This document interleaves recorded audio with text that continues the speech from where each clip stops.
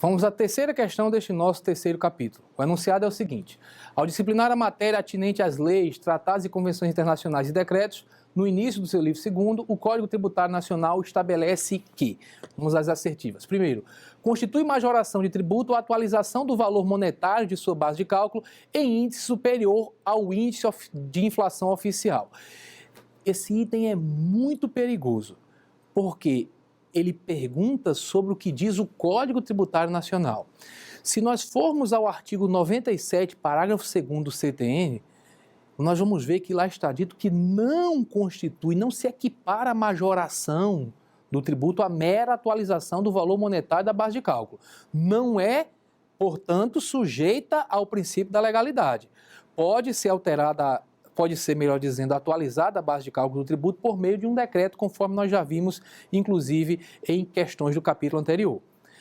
Entretanto, é bom que a gente lembre que o Superior Tribunal de Justiça entende que só é atualização de verdade se for limitada à inflação oficial, o que dá para perceber até pela súmula do STJ número 160, que fala que é defeso ao município atualizar o IPTU mediante decreto em índice superior da inflação oficial.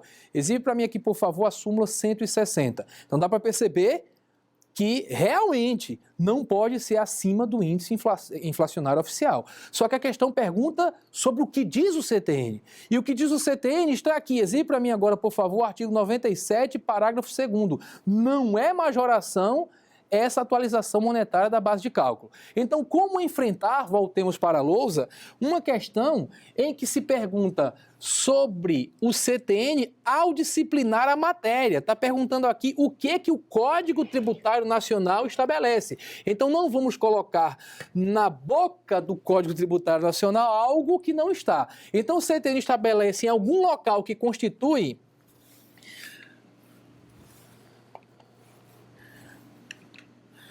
Então, o CTN estabelece em algum local que constitui majoração de tributo a atualização do valor monetário da base de cálculo em índice superior da inflação oficial? Não. Então, esse item aqui é falso.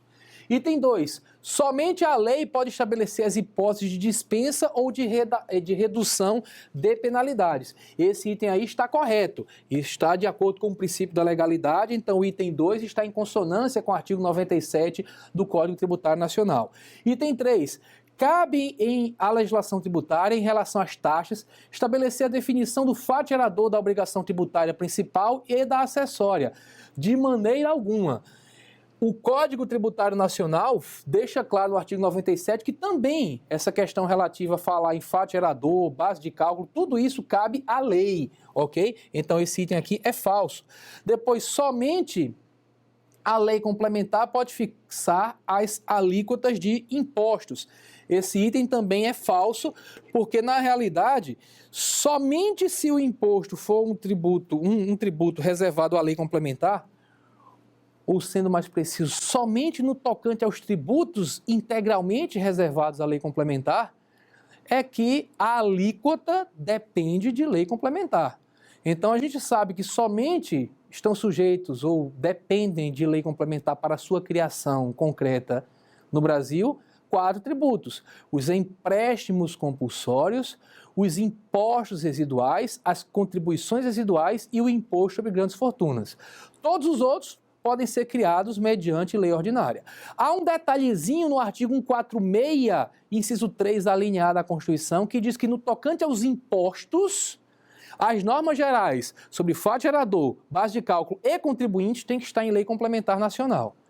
Mas as alíquotas, não. As alíquotas podem ser fixadas em lei ordinária, salvo no tocante, claro, aos tributos criados necessariamente por meio de lei complementar. Então, somente lei complementar pode fixar a alíquota de imposto, isso aí está errado. Então, o único item correto é o item de número 2, de forma que a assertiva que corresponde ao gabarito é a alternativa de Márquina.